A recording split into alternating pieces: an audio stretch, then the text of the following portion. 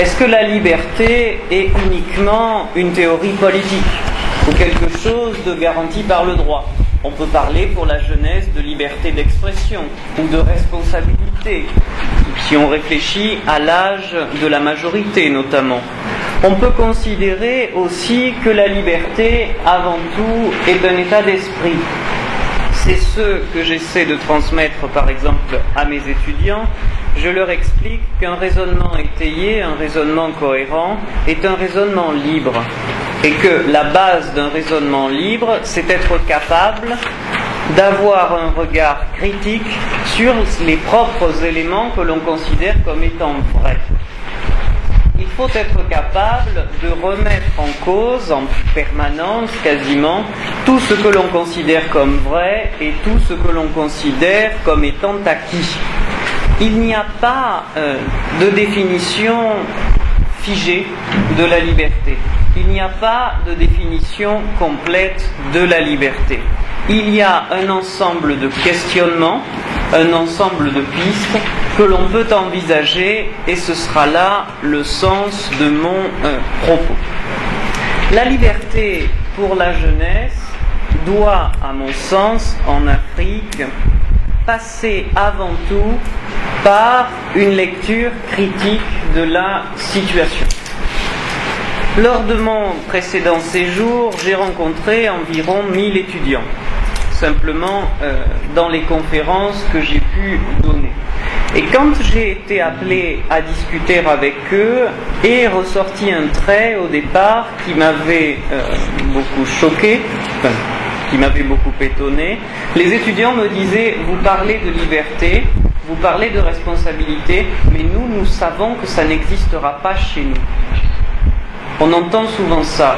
Quand je parle de développement, de la transparence en politique, de la responsabilisation des élites que vous êtes appelés à devenir, de la nécessité morale qu'il y a à la transparence, qu'il y a dans le fait de faire voter des lois et des textes qui garantissent la liberté des gens, eh bien, les étudiants me disent: cette liberté-là, ce n'est pas que nous n'y croyons pas. On conçoit qu'elle existe, il n'y a pas de problème, mais pas pour nous. Pour nous, elle ne peut pas exister. Je crois que la première liberté de la jeunesse, qui va fonder son futur engagement pour continuer à la défendre, c'est d'abandonner l'idée que les choses sont impossibles. C'est la première chose qu'il faut, je crois, que vous reteniez. On ne peut pas envisager, réfléchir sur le rôle de la jeunesse dans la promotion de la liberté ou dans la quête des libertés si cette jeunesse n'a pas une capacité à espérer trouver ou améliorer son sort. Si vous partez du principe, c'est valable dans le combat pour la liberté, c'est valable pour le combat de l'excellence, c'est valable dans votre travail. Si vous partez du principe, et dans vos études, si vous partez du principe que vous n'y arriverez pas, il est certain, à 99,9% de chances que vous échouiez. Le premier engagement que doit prendre la jeunesse pour aller dans le sens de la liberté, c'est d'abandonner l'idée, qui est une idée fausse, que les choses sont impossibles. Si vous restez cantonné, par exemple, dans cette idée que l'Afrique est pauvre, quelque chose que j'entends en permanence. L'Afrique est pauvre, elle ne se développe pas, voire elle régresse. Économiquement, ça peut arriver si l'État s'endette de plus en plus, voire l'Afrique régresse. À partir de là, le constat est simple. On s'assoit sous un manguier, on attend qu'il pleuve et on pleure. C'est tout. Si on part d'un constat où rien n'est possible, la situation est catastrophique, on attend. Soit dans 1000 ans, ça n'aura pas évolué. La vraie et la première piste de la liberté pour la jeunesse, c'est d'abandonner ces lieux communs qu'on vous a répétés et qui sont faux. Est-ce que la Côte d'Ivoire est un pays pauvre? Non. La Côte d'Ivoire est un pays riche, qui a un sous-sol avec des matières extrêmement précieuses, qui a une agriculture qui possède un potentiel énorme, premier producteur mondial de cacao, troisième producteur producteur mondial de café, vous avez du pétrole, vous avez de l'or, vous avez les minerais rares. Fondamentalement, la Côte d'Ivoire ne devrait pas être un pays pauvre. Ce qui en fait un pays pauvre, ce n'est pas tant, et c'est en cela que la place de la jeunesse est nécessaire, ce n'est pas tant comme dans certains autres pays d'Afrique où tout le territoire est composé par un désert vide. La Côte d'Ivoire, ce n'est pas le cas. Le problème, c'est un manque de liberté. Pourquoi ? Et c'est en cela que la jeunesse, c'est la deuxième étape de la liberté, c'est en cela que la jeunesse doit réfléchir et avancer. Est-ce que les ressources naturelles sont là ? Oui. Est-ce que le potentiel de développement est là ? Oui. Est-ce qu'il y a une jeunesse formée avec des aptitudes, des connaissances intellectuelles qui vont permettre de chercher des débouchés sur les marchés internationaux, d'améliorer les systèmes pour produire mieux, pour vendre mieux, pour investir mieux ? Est-ce qu'il y a tout ça ? Oui. Mais qu'est-ce qui manque ? Ce qui manque fondamentalement, c'est la liberté. C'est la liberté dans toutes ses acceptions, dans toutes ses réalisations. Parce que la toute première chose que je vous ai expliquée, c'est de vous encourager à réfléchir fondamentalement pour abandonner l'idée que de toute façon la situation est mauvaise, que vous ne pouvez rien faire, à partir de là vous attendez la mort. C'est tout. Vous vous mettez sous un arbre et vous attendez que les fruits tombent. Là, il n'y a pas de liberté. Vous êtes esclave de la situation et vous êtes esclave de vous-même, ce qui est encore pire. Ce qui est encore pire d'être esclave de soi-même parce qu'on n'a pas le courage de se lever et de se dire que les choses ne vont pas. C'est le principe de l'étudiant qui vient jamais en cours. C'est l'étudiant qui se plaint systématiquement le jour des examens, qu'il n'a rien compris, qu'il n'a pas de connaissances, qu'on ne lui a pas expliqué ou qu'on lui a mal expliqué. Cet étudiant-là ne vient jamais en cours. Le jour de l'examen, il arrive et il s'étonne de ne pas savoir. Il s'imaginait peut-être que dans la copie d'examen, j'avais joint un corrigé et puis qu'il avait juste à mettre son nom en haut. Cet étudiant-là n'est pas à l'impression souvent de se mettre en avant, d'exister par rapport au professeur et de se dire « moi je ne viens pas, de toute façon je suis une espèce de rebelle, c'est l'émanation de ma liberté ». Non du tout. C'est pas du tout l'émanation de sa liberté, c'est la conséquence de sa fainéantise. Donc il n'est pas libre là-dedans. La vraie liberté, c'est tous ces étudiants qui font l'effort de venir, d'apprendre un maximum et au mieux. On ne vous demande pas de vous abrutir en apprenant les choses par cœur, d'apprendre au maximum et au mieux et de parier sur vous-même. Quand vous faites des études, quand les jeunes Africains font des études, ils ne font pas des études par amour des études en soi. Vous faites des études, ça peut vous plaire, je souhaite que ça vous plaise, mais vous faites avant tout des études pour avoir un meilleur travail possible. J'en discutais avec le doyen de la faculté de droit qui me disait que tous les cours sont bâtis afin d'encourager l'insertion professionnelle des étudiants. Ça ne sert à rien de diplômer 10 000 personnes si on donne 10 000 chômeurs. La liberté, la toute première que vous devez retenir, c'est l'abandon de tous ces faux semblants qui consistent à vous dire que les choses sont impossibles. Et la seconde grande étape, c'est de prendre conscience de l'environnement. Prendre conscience de l'environnement, c'est reconnaître, analyser les problèmes et analyser, ensuite réfléchir à comment vous pourriez les solutionner. La liberté, là, me direz-vous, où est-elle cachée ? Est-ce qu'elle est tramée dans un concept philosophique quelque part que je vais exhumer comme ça ? Non. La liberté, quand vous avez compris le contexte, quand vous avez compris vos propres limites, quand vous avez compris les limites que l'on peut vous imposer, votre liberté va consister à trouver les marges où on ne vous empêche pas. Trouvez les marges où vous pouvez donner tout votre potentiel. Trouvez les marges où vous allez pouvoir mettre en avant vos compétences, où vous allez pouvoir innover. L'engagement de la jeunesse pour la liberté, ce n'est pas prendre des panneaux et aller manifester dans la rue. Fondamentalement, je peux vous l'assurer, je doute que ça serve à quelque chose. Vous allez être enrôlé, on va vous envoyer en chair à canon, vous faire massacrer.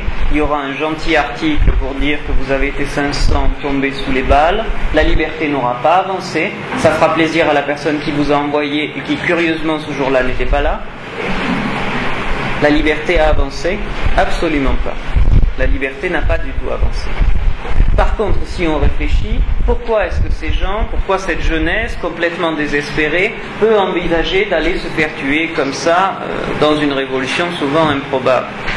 Elle le fait parce qu'elle se dit que la situation est catastrophique, que la situation où elle se trouve n'est pas bonne, qu'il y a un problème, parce qu'il n'y a pas de travail, il n'y a pas d'insertion comme vous le méritez, il n'y a pas de création d'entreprise, il n'y a pas d'argent. On peut trouver toutes sortes d'interprétations à ce phénomène. Mais là où la liberté mérite qu'on se batte pour elle, ce n'est pas d'aller se faire tuer dans la rue avec des pancartes, ce n'est pas aller faire des attentats ou Dieu seul sait quoi, c'est réfléchir à comment, s'il n'y a pas de travail, vous allez pouvoir en créer. Ça, c'est un acte de liberté.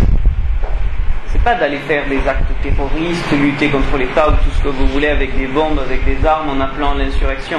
C'est être capable de réfléchir. Si vous n'avez pas de travail, ce qui est possible, ça arrive, on passe tous par une période de chômage, surtout ici malheureusement, eh bien c'est d'être capable de se dire comment, si je ne trouve pas de travail, comment est-ce que je vais être capable d'en créer ? Comment je vais être capable de créer du travail ? Ça a un pendant, en quelque sorte, c'est œuvrer pour une liberté de création d'entreprise.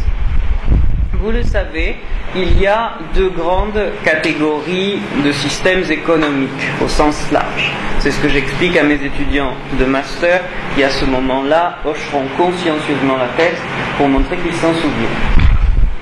Il y a, d'une part, les États qui vont encadrer l'économie. Dans toutes les économies où les États encadrent les échanges entre les gens, la création d'emplois est difficile. La création d'entreprises est difficile, voire quasiment impossible dans ce système d'État fort. Dans tous les systèmes politiques où les États laissent se développer librement leur économie, eh bien il y a création massive de richesses, il y a investissement. Parce qu'il y a investissement, on a besoin de cerveau. Parce qu'on a besoin de cerveau, il y a création d'emplois. Je ne vous demande pas de me croire sur parole. Vous pouvez consulter les index de la liberté économique. Vous verrez, il y a un parallèle factuel récurrent, une réalité de fait. Plus un État est libre, en termes économiques, et plus son économie se développe. Plus son économie se développe, et plus elle donne de travail, plus elle crée de richesse, et meilleure est la condition matérielle de toute la population. À partir de là, la jeunesse trouve une autre possibilité pour légitimer son combat pour la liberté. Vous êtes, me semble-t-il, en majorité en droit. C'est ça ? Non ? Bon. Vous allez être appelés à être des décideurs, soit des acteurs économiques, si vous créez votre entreprise ou si vous intégrez une grande entreprise, soit des décideurs politiques, soit des décideurs strictement au sens de l'utilisation du droit. Les étudiants qui arrivent en retard, je ne vous félicite pas. À partir de là, vous pouvez, à votre niveau, réfléchir à comment améliorer le système. C'est le principe aussi de la fatalité quant à la corruption. La corruption est une manière insidieuse et immorale de tuer le développement et de tuer votre avenir. Pourquoi ? Quand vous présentez, par exemple, vos examens. Vous présentez vos examens. Si vous avez bien travaillé, vous avez une bonne note. À partir de là, vous êtes reconnu comme étant compétent au terme de vos études. On considère que votre relevé, vous avez un master, on considère que vous avez un vrai niveau master. Si par la corruption, vous arrivez à acheter votre diplôme, vous êtes nul, ce que les gens bons en général ne font pas, vous êtes nul, vous devriez avoir 3 de moyenne, vous faites preuve de générosité, vous avez 13. Soit. La personne est contente, elle a son diplôme, il ne vaut rien, elle est contente, elle le montre à un employeur qui la recrute. Sur le papier, sa candidature est recevable. Mais quand la personne ouvre la bouche et que l'on comprend tout de suite qu'elle a acheté son diplôme, c'est la porte. Immédiatement. C'est la porte. Donc à partir de là, cette personne a triché et a perdu sa liberté. Puisque si je suis chargé de recruter pour des entreprises, je cherche un grand directeur général, par exemple. J'ai un candidat qui a acheté ses diplômes et je m'en rends compte. Il n'y a pas de milliards de gens comme moi qui recrutent. Vous croyez que je ne vais pas envoyer un mail pour prévenir les autres qui pourraient le recruter? Obligatoirement, je vais le faire. Je vais en parler à une réunion du Rotary ou autre, ça va se savoir, et cette personne-là, dès qu'elle va arriver, son CV part à la poubelle puisqu'on sait qu'il a acheté ses diplômes. Là, on a hypothéqué la liberté de cette personne. Parce que maintenant, à part chauffeur et femme de ménage, il ne va pas y rester grand-chose. Par contre, un étudiant qui investit sur lui-même, qui est à votre place et qui prend conscience qu'on fait des études pour soi-même, qu'on fait des études pour avoir le meilleur curriculum vitae possible et que l'on fait des stages pour avoir la meilleure expérience possible, les deux allant de pair et s'équilibrant bien pour obtenir le meilleur CV, le meilleur document que vous allez donner à votre employeur futur pour faire en sorte qu'il vous recrute. Celui qui a travaillé, qui est honnête, a postulé sur sa liberté. Parce que plus il a d'argent, plus il est libre. Plus il travaille, plus il a de diplôme, meilleur sera le poste auquel il peut candidater. À partir de là, la liberté lui a été bien utile à ce garçon-là. S'il est dans un système totalement corrompu, souvent on cite les pays d'Afrique pour ça, s'il est dans un système totalement corrompu et que personne ne dit rien, que tout le monde accepte le système, qu'est-ce qui se passe? Est-ce qu'il est encore libre, mon garçon? Absolument pas. Il n'est pas libre, puisque de toute façon, s'il ne passe pas par le système de corruption, il n'aura pas ses diplômes, même s'il est bon. Le système a tué toute sa liberté, et le système de corruption a tué même sa volonté d'aller étudier, puisqu'il sait que de toute façon, s'il ne paie pas, il n'aura jamais ses diplômes. Parce que le système de corruption fait qu'on n'a pas d'intérêt à lui donner s'il travaille. Il faut obligatoirement le forcer à payer. À partir de là, on a tué sa liberté.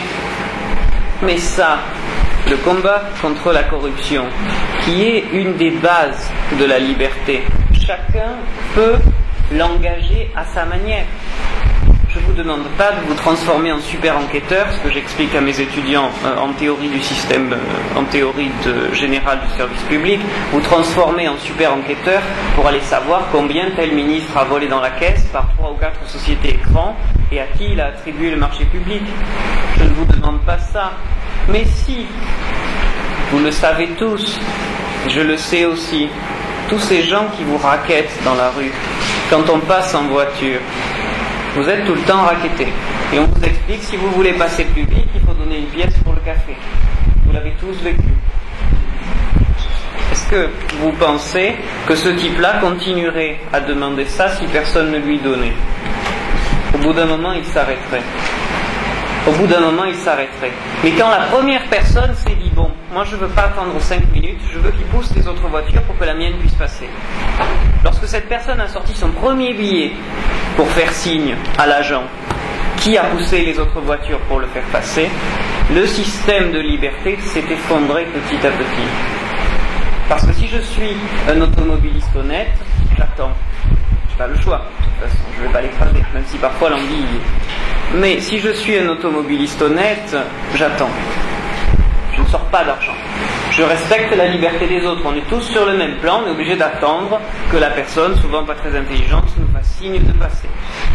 Par contre, si je veux passer plus vite, je sais qu'avec un billet, ça aide beaucoup. Je sors mon billet. Là, je détruis la liberté des autres. Donc la jeunesse africaine a un élément à prendre en tête, qu'à chaque fois qu'elle sort un billet pour la corruption, sauf si on vous frappe et qu'on vous vole, là vous n'y êtes pour rien, vous n'allez pas vous faire tuer pour garder les 500 francs. Mais quand vous avez volontairement l'habitude de sortir un billet pour passer plus vite, que ce soit sur la route, à la banque, ou Dieu seul sait où maintenant, donc pour ces possibilités partout, quand vous sortez votre premier billet, vous êtes coupable du système. Parce que vous le cautionnez. Parce que vous l'encouragez. Parce que si personne ne paie la corruption n'existe pas.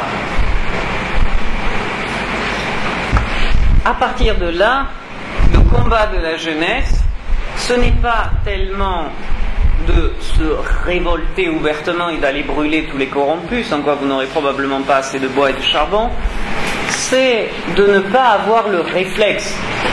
C'est un engagement en faveur de la liberté. Quand vous êtes là, vous voyez que les gens paient, vous vous dites « moi je ne paie pas ». Je ne paie pas parce que je ne cautionne pas ce système. Je ne paie pas parce qu'un jour, peut-être ce système-là, on aura donné l'habitude à la personne de recevoir de l'argent pour tout.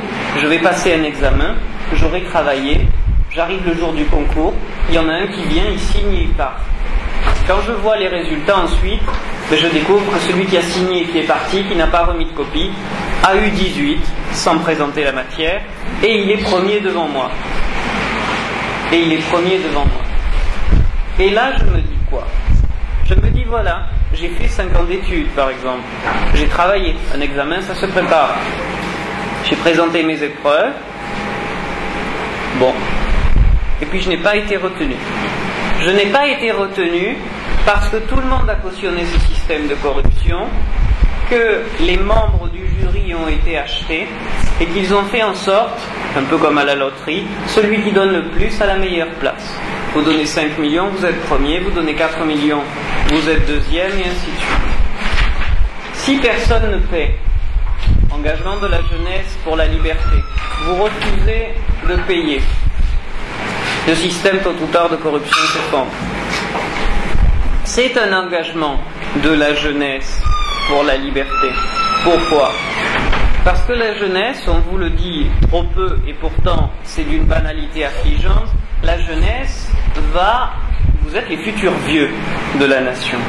Donc vous êtes ceux qui vont tôt ou tard exercer les fonctions publiques, qui vont exercer les directions d'entreprise, qui vont prendre tous les postes à responsabilité. Donc à partir de là, la jeunesse a un devoir moral, a un devoir éthique fondamental, c'est de changer les choses. Mais de changer les choses par une somme de petites actions individuelles. Simplement en acceptant de ne pas entrer dans le système de corruption. Simplement en acceptant d'avoir une bonne note si vous travaillez et une mauvaise si vous ne travaillez pas. Simplement en acceptant que si vous vous asseyez sous un arbre en attendant qu'on vienne vous donner du travail, eh bien vous n'en aurez pas. Et vous n'en aurez jamais. Parce que personne n'a intérêt à vous donner du travail si vous ne venez pas le chercher. J'ai aidé dans le recrutement de certaines grandes entreprises. Je peux vous assurer que parfois on faisait venir la personne une fois. On ne vous prend pas, il n'y a pas de travail. Le deuxième jour, elle revient. On ne vous prend pas, il n'y a pas de travail. Au bout du troisième et du quatrième jour, on a vu que cette personne-là, si on lui demande de rester 2 heures de plus le soir, elle va le faire parce qu'elle est vraiment motivée. Quand vous avez un candidat qui arrive et qui vous dit « Ah, moi, de toute façon, vous avez 10 minutes de retard, je suis parti. » Vous croyez que je suis tenté de le rappeler ? Fondamentalement, je ne le rappelle pas. Est-ce qu'il s'est battu pour décrocher sa liberté ? Est-ce qu'il s'est battu pour avoir le meilleur travail possible ? Est-ce qu'il s'est battu pour réaliser ses rêves, en quelque sorte ? Non ? Qu'est-ce qu'il a dit ? Ah, c'est l'heure du goûter, je rentre à la maison. Il a perdu son travail. Ou il n'a pas eu, je l'ai donné à quelqu'un d'autre. Donc à partir de là, la liberté, l'engagement de la jeunesse pour la liberté est vraiment une des clés du développement. Quand on dit notamment, vous le savez, toutes les classes politiques qui se succèdent en Afrique disent qu'elles vont tirer le pays du sous-développement. Toutes. C'est pas contre un régime ou un autre. Tous les présidents depuis toujours et tous les gouvernements depuis toujours expliquent qu'ils ont la recette magique pour le développement. Donc ils arrivent, ils la plantent, le lendemain l'État est développé. Bon, quand on change de représentants ou de régimes, on se rend compte que ça n'a pas fonctionné. On y croit au début, parce qu'on a envie d'y croire, et que c'est facile de se dire que quelqu'un va nous sauver. Et puis au bout d'un moment, on se rend compte que ce n'est pas vrai. Pourquoi ? Parce que les solutions de développement, ce n'est pas le politique qui vient et qui vous les donne comme ça. Vous êtes sous vos manguiers, il vient, il vous donne une solution toute faite. Les solutions de développement viennent des initiatives de la population.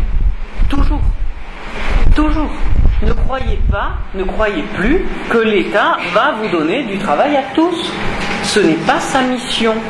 L'État n'est pas là pour faire des générations de fonctionnaires et pour limiter le chômage à coup de subventions ou à coup d'aide publique internationale. Ce n'est pas durable. Pourquoi ? Parce que l'État n'a pas une manne financière qui lui permet de le faire. Il n'y a pas d'argent. On va vous payer comment si on vous rend fonctionnaire ? Ce n'est pas possible. Donc n'attendez pas de la magie étatique, le messie en quelque sorte présidentiel ou gouvernemental ou tout ce que vous voulez, qui va venir jeter des billets dans les rues. Et tant bien même qu'il le ferait, ne l'acceptez pas.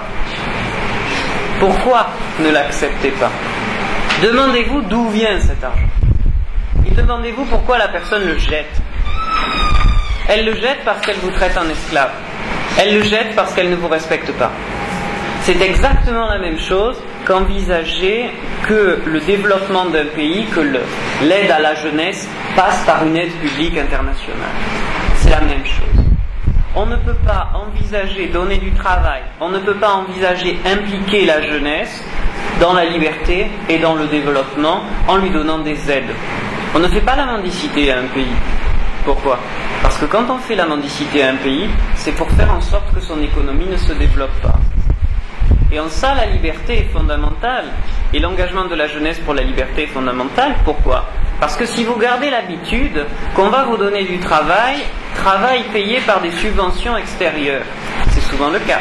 On vous dit, vous allez travailler pour des missions européennes ou autres et vous allez aider le développement. Vous n'aidez pas le développement. Vous aidez votre développement personnel parce que vous avez un salaire, vous pouvez aider votre famille directe, mais vous n'aidez pas le développement. Regardez tous les programmes, regardez toutes les aides qu'on a versées sur l'Afrique. C'est tellement efficace qu'on ne voit pas le résultat. Donc ce que vous devez vous dire, c'est que le système de la main tendue, qui repose, c'est la base de l'aide, eh bien le système de la main tendue est une aliénation de votre liberté. C'est exactement la même chose. C'est en cela que le combat pour la liberté, pour la jeunesse est important. La politique de la main tendue n'est pas durable et la politique de la main tendue est une aliénation de votre liberté parce qu'elle vous rend totalement tributaire de l'autre personne.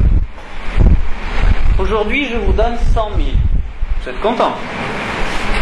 Une semaine après, je vous donne 100 000. Puis je vous dis, la troisième semaine, je vous donne encore la même somme, mais je veux que vous fassiez tout ce que je vous dis. Sinon, je ne vous donne plus. Qu'est-ce que vous faites ? Dans la majorité des cas, les gens acceptent ce que je leur demande de faire et ils obéissent et ils ont leur argent. Soit, ils prennent l'habitude de tendre la main. Ils prennent l'habitude de tendre la main. Pourquoi aller chercher des solutions ? Pourquoi aller chercher des solutions ? On dit la jeunesse africaine ne croit plus dans la liberté politique. C'est le principe du tous pourris, tous les politiciens se valent, donc on va prendre celui qui parle mieux, au moins pendant 6 mois on aura un peu d'espoir, en sachant que de toute façon la situation ne s'améliorera pas. Pourquoi la jeunesse pense que le système est totalement pourri ? Je serais tenté de vous dire, parce que vous n'avez pas totalement tort, il peut l'être par partie. Mais parce que les gens n'ont plus assez de liberté pour pouvoir s'opposer à quelque chose.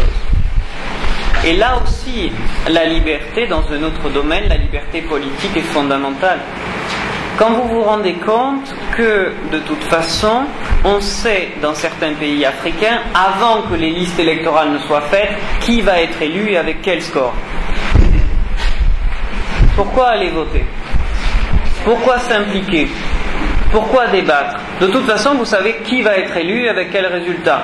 À partir de là, vous ne vous impliquez pas. Et vous laissez faire l'État tout seul comme s'il était une autre personne. Mais l'État, c'est pas tellement vous, mais ce sont vos impôts qui le financent. Ce sont vos impôts, c'est votre argent qui sert à financer.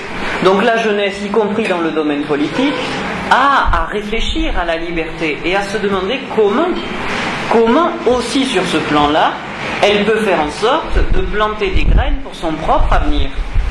Pourquoi ? La liberté est une et indivisible, je serais tenté de vous dire.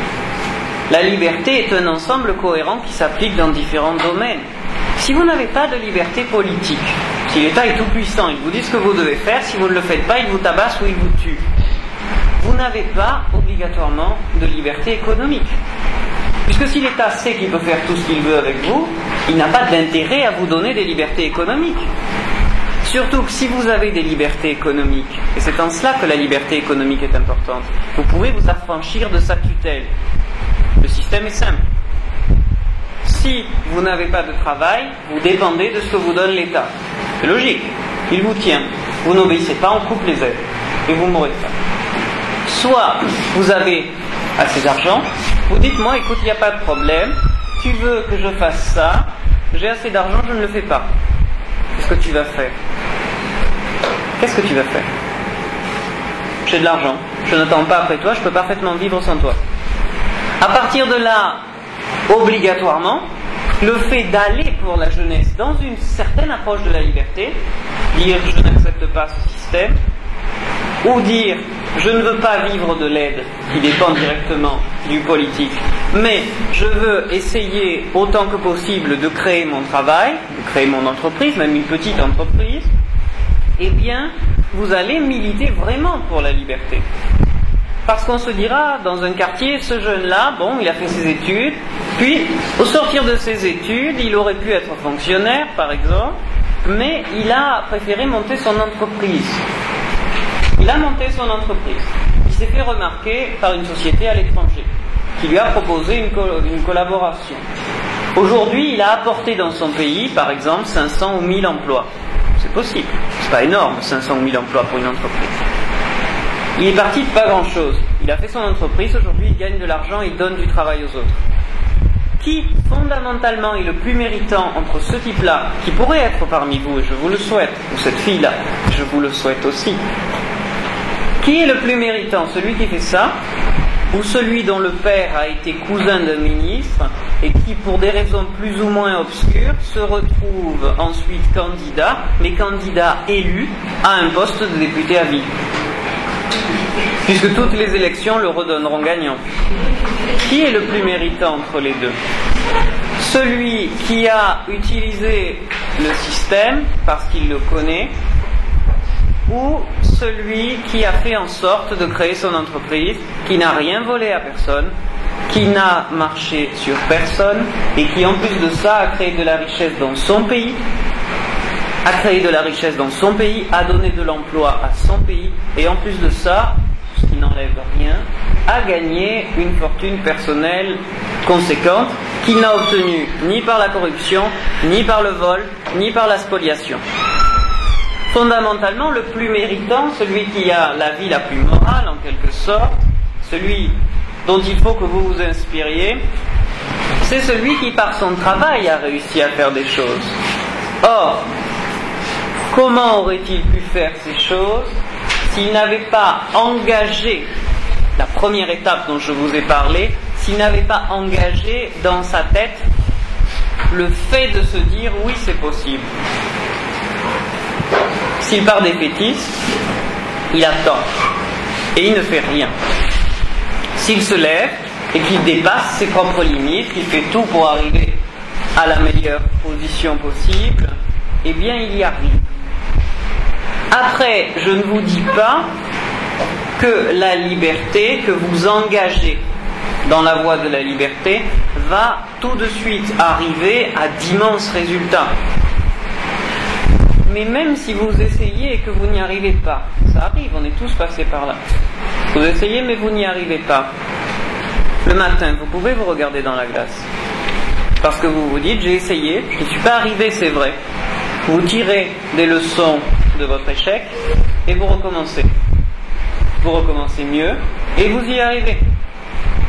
Vous avez essayé, vous avez échoué, vous avez tiré profit de vos erreurs, et vous avez ensuite été capable de les dépasser, et comme ça d'améliorer votre potentiel personnel et d'atteindre vos objectifs. Et celui-là est beaucoup plus méritant. Celui-là est beaucoup plus méritant parce qu'il s'est vraiment engagé pour la liberté économique, mais avant tout à son niveau à lui. À son niveau à lui. La question n'est pas de manifester, la question n'est pas d'ameuter les foules, mais simplement d'amorcer une dynamique à son niveau. Parce que s'il y a un étudiant de l'IUA qui crée une multinationale dans quelques années, quand vous vous engagez ici, vous y penserez. On vous en parlera, on vous dira voilà, un tel était dans ma classe, il a maintenant une multinationale. Ça va vous donner envie de le faire. Logiquement, qui n'en aurait pas envie? Ça va vous donner envie de le faire. Donc à partir d'un exemple, il n'y en a pas des milliards, il y en a un, on peut arriver à amorcer une vraie dynamique sociale de responsabilité et surtout d'efficacité personnelle. Il faut simplement, et c'est pour ça que j'ai choisi de commencer ma conférence sur ce point-là, il faut simplement que vous arriviez à vous convaincre que c'est possible. Je ne vous dis pas que c'est facile. Je ne vous dis pas qu'on va vous donner un manuel du bon chef d'entreprise, vous suivez tout à la ligne comme un esclave ou comme un âne, à la fin vous avez une entreprise qui marche. Ça c'est pas vrai. Ça c'est pas vrai, ça ne marche pas. Même si c'est vrai qu'à la fin de certaines conférences, je me dis qu'un manuel comme ça pourrait me permettre de financer pas mal d'activités. Mais fondamentalement, pour vous, ça ne vous apporterait rien de suivre un modèle tout fait. Parce que la base même de la réussite, la base même de l'excellence, c'est la liberté. C'est la liberté. Si vous pouvez échouer, vous êtes responsable. Si vous êtes responsable, vous êtes libre. Si vous pouvez échouer, vous pouvez aussi réussir. La différence entre les deux, c'est la quantité d'énergie, la quantité d'effort et de volonté, surtout, que vous allez déployer pour atteindre vos objectifs. À partir de là, la liberté n'est pas uniquement un concept. C'est pas un concept vide, la liberté. Ça a un ensemble de réalités concrètes. Le matin, vous levez pour venir en cours, c'est votre liberté. Vous pouvez le faire, vous pouvez ne pas le faire. Vous restez dans votre lit avec la climatisation, vous attendez le soir. Soit, vous arrivez aux examens, vous échouez. Vous êtes libre, tant pis pour vous. Vous n'aviez qu'à vous lever. Par contre, vous pouvez aussi vous lever, venir à l'université, travailler avec acharnement, c'est difficile, je sais, mais il faut le faire. Vous travaillez avec acharnement, vous sortez, vous décrochez un très bon travail. C'est votre liberté. Mais si on essaie d'hypothéquer vos libertés par un système de corruption, par un système de nullité, la nullité c'est une ambiance, c'est le principe d'une classe qui a décidé de ne pas travailler. Une atmosphère de nullité, de vide. Eh bien, si on essaie d'hypothéquer votre avenir, vous avez un devoir moral, pas pour les autres. Je ne suis pas en train de vous dire de devenir la nouvelle Jeanne d'Arc ou le nouveau révolutionnaire à la mode. Mais vous avez un devoir par rapport à vous-même de ne pas l'accepter. Vous avez un devoir moral par rapport à vous-même de vous dire « je suis une personne ». Je ne suis pas un esclave, je ne suis pas un objet, je ne suis pas un numéro sur une feuille, je ne suis pas un citoyen qu'on fait voter à la chaîne pour que le député sortant ait 98% des voix. Je suis une personne. Et parce que je suis une personne, j'ai une dignité. Une dignité qui est fonction de l'essence même de mon humanité. À partir de là, je ne dois pas accepter qu'on me marche dessus par principe, et je ne dois pas accepter surtout de cautionner un système ou d'entrer dans un système qui va marcher sur d'autres personnes. Donc à partir de là, vous avez un devoir moral de défendre la liberté. Vous avez un devoir moral en tant que jeune de vous engager, pas pour la liberté du monde, pas comme certains intellectuels, dont Bernard-Henri Lévy, pour ne pas le citer, qui va expliquer partout que la guerre c'est mal. Vous avez un devoir moral par rapport à vous-même de ne pas accepter. De ne pas accepter, de ne pas entrer dans ces systèmes qui vous tirent vers le bas, ou de ne pas entrer dans ces systèmes qui vous encouragent à être nul et à le rester. et à reproduire la nullité. Vous avez un devoir moral de défendre votre propre liberté parce qu'elle est votre dignité et aussi parce qu'elle est la clé de votre avenir. Fondamentalement, pour l'Afrique, c'est mon message, si les politiques publiques devaient donner du travail, si elles devaient créer de la richesse, depuis le temps, on en aurait tiré les fruits. Depuis les indépendances, tous les pays d'Afrique quasiment reçoivent des sommes énormes des anciennes puissances coloniales pour se développer, des milliards. Probable que la majorité d'ici n'en ait jamais vu la couleur, ni directement ni indirectement. Pourquoi ? Parce que le système ne repose pas sur la liberté, parce que le système ne repose pas sur la responsabilité. Et à partir de là où la liberté n'existe pas, où la responsabilité n'existe pas vraiment ou pas pour tout le monde, tout le système est pourri. Tout le système est pourri. Combien de gens qui ont volé l'argent des sidaïques, qui ont volé l'argent de la recherche, qui ont volé l'argent des hôpitaux, qui ont volé l'argent des écoles publiques, combien de ces gens sont en prison maintenant ? Je pense que si on mettait que les corrompus en prison, les prisons seraient vides quasiment. Par contre, vous allez prendre, vous êtes affamé, ça fait une semaine que vous n'avez pas mangé, il y a une banane grillée, ça coûte pas cher, vous la prenez parce que vous avez faim. La police arrive, on vous prend, on vous met en prison, on ne vous revoit plus. Vous êtes représentant politique, vous créez un hôpital pour enfants, vous faites, sur le papier, vous faites le tour des multinationales, on fait venir les politiciens, on fait venir la Cour de l'ONU et autres, on vous donne 100 milliards pour faire votre hôpital. Formidable. Vous allez recruter des médecins, on vous donne encore plus d'argent. Il vous faut du matériel, on vous donne encore plus d'argent, on vous envoie le matériel. Au bout de 6 mois, vous ouvrez les fondations, vous mettez une grande affiche avec votre portrait, sinon c'est moins bien, et vous dites voilà, Union Européenne, regarde, je t'envoie une photo de vacances, je suis en train de créer mon hôpital. Les fondations sont là, les machines, les ouvriers, vous mettez 2-3 enfants qui pleurent, et vous avez fondamentalement le cadre. Vous faites la photo, vous l'envoyez, vous recevez votre chèque. Le lendemain, les ouvriers qui travaillent sont tous licenciés. Les travaux s'arrêtent. Le matériel médical arrive. Il n'est pas arrivé à Abidjan qu'il est déjà revendu. Est-ce que fondamentalement cette aide a servi à quelque chose ? En dehors de celui qui va pouvoir s'acheter une Bentley avec. En dehors de lui et de quelques concessionnaires automobiles de grande marque, eh bien, ce système d'assistanat, ce système de déresponsabilisation n'a pas fonctionné. Fondamentalement. Le système est nul et ne fonctionne pas, il n'a jamais fonctionné, il ne fonctionnera jamais, rassurez-vous, ou détrompez-vous plutôt. Ne croyez pas, on ne va pas vous donner du travail comme ça à tour de bras, ça ne viendra pas. Si vous voulez du travail, il va falloir que vous vous leviez et que vous alliez le chercher. Si vous voulez du travail, si vous voulez réussir, il faut que vous vous leviez et que vous fassiez des efforts. Pas en prenant des armes, pas en allant mettre le feu partout, mais en allant voir comment vous allez pouvoir vous en sortir. Comment vous allez pouvoir améliorer votre situation. Qu'est-ce qu'il faut faire ? Est-ce que vous devez passer un concours ? Liberté de la jeunesse, je m'engage, je travaille, je réussis le concours. Est-ce que vous allez faire en sorte de créer votre entreprise ? Oui, créer son entreprise, c'est dur. Je le sais, vous vous levez le matin très tôt, vous vous couchez le soir très tard, vous travaillez 7 jours sur 7. Au départ, ça fonctionne peu. À la fin, ça peut rapporter beaucoup, mais pas toujours. Mais au moins, vous avez votre dignité. Vous n'avez pas tendu la main. Vous n'avez pas volé l'argent des orphelins. Vous n'avez pas volé l'argent des sidaïques. Vous avez travaillé. À partir de là, vous pouvez vous regarder dans le miroir et vous pouvez vous dire que ce combat pour la liberté, qui est votre responsabilité morale de jeunes Africains, eh bien, ce combat, vous l'avez gagné. Ce combat, vous l'avez gagné et vous l'aurez gagné quand déjà, à la base, vous aurez abandonné l'idée que tout est pourri, de toute façon, vous pouvez attendre la mort sur une chaise. Et ensuite, quand vous aurez réfléchi à comment vraiment améliorer les choses à votre échelle. À votre échelle. Je ne vous demande pas de prendre un bâton et d'aller créer une nouvelle religion pour arriver à révolutionner tout.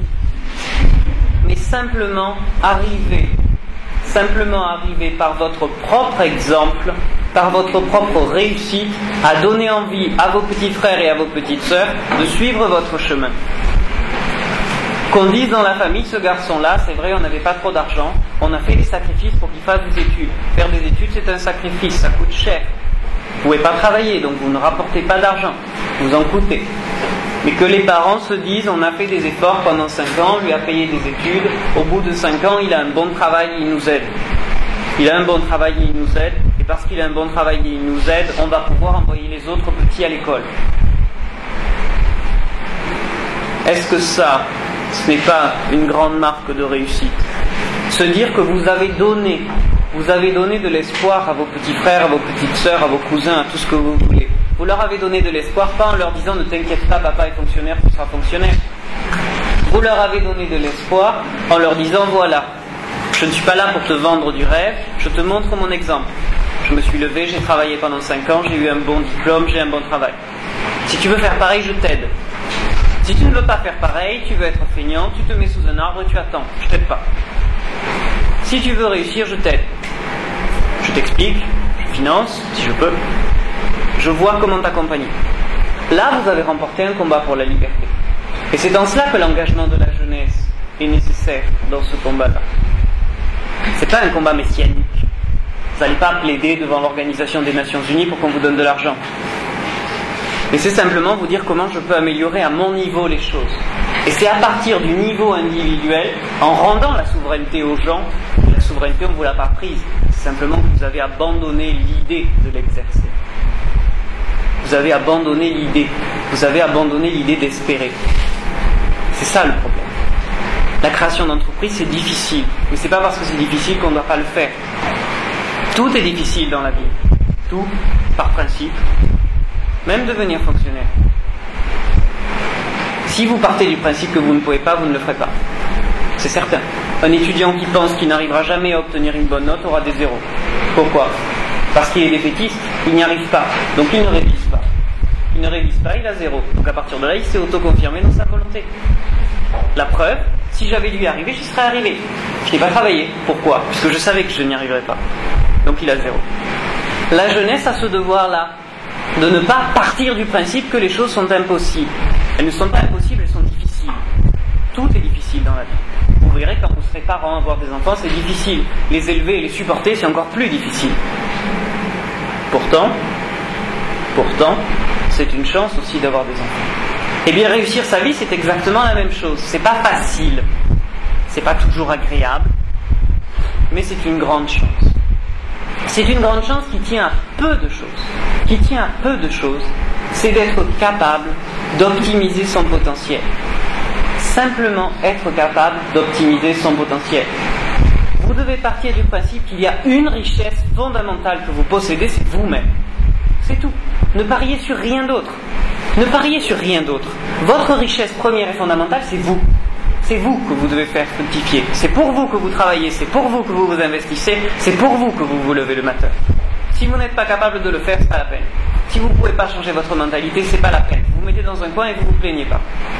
Par contre, si vous pariez sur vous-même, vous vous secouez, vous faites un effort, vous créez une entreprise, vous mettez 1 an, 2 ans, 5 ans pour réussir, à ce terme-là, vous avez gagné le combat de la liberté.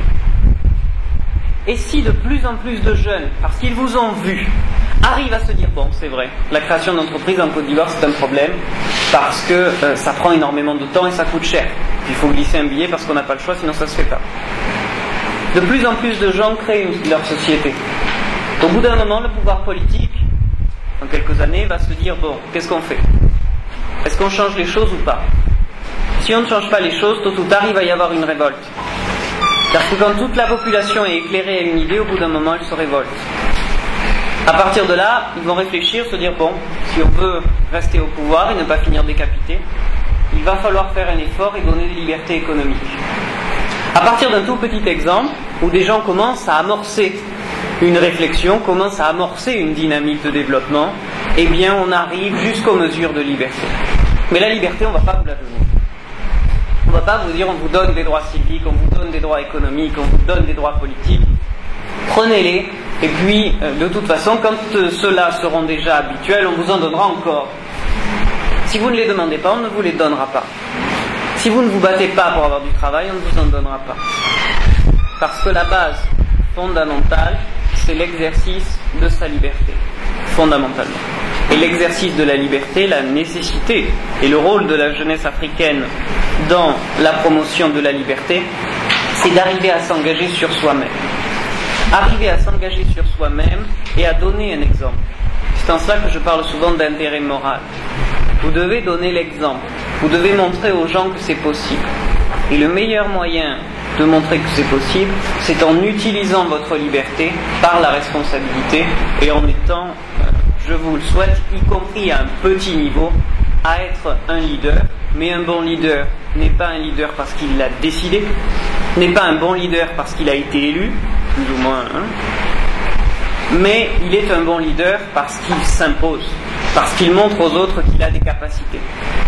Et comme le disait si bien Jean Baudin, il n'y a de richesse que d'hommes. Je vous remercie.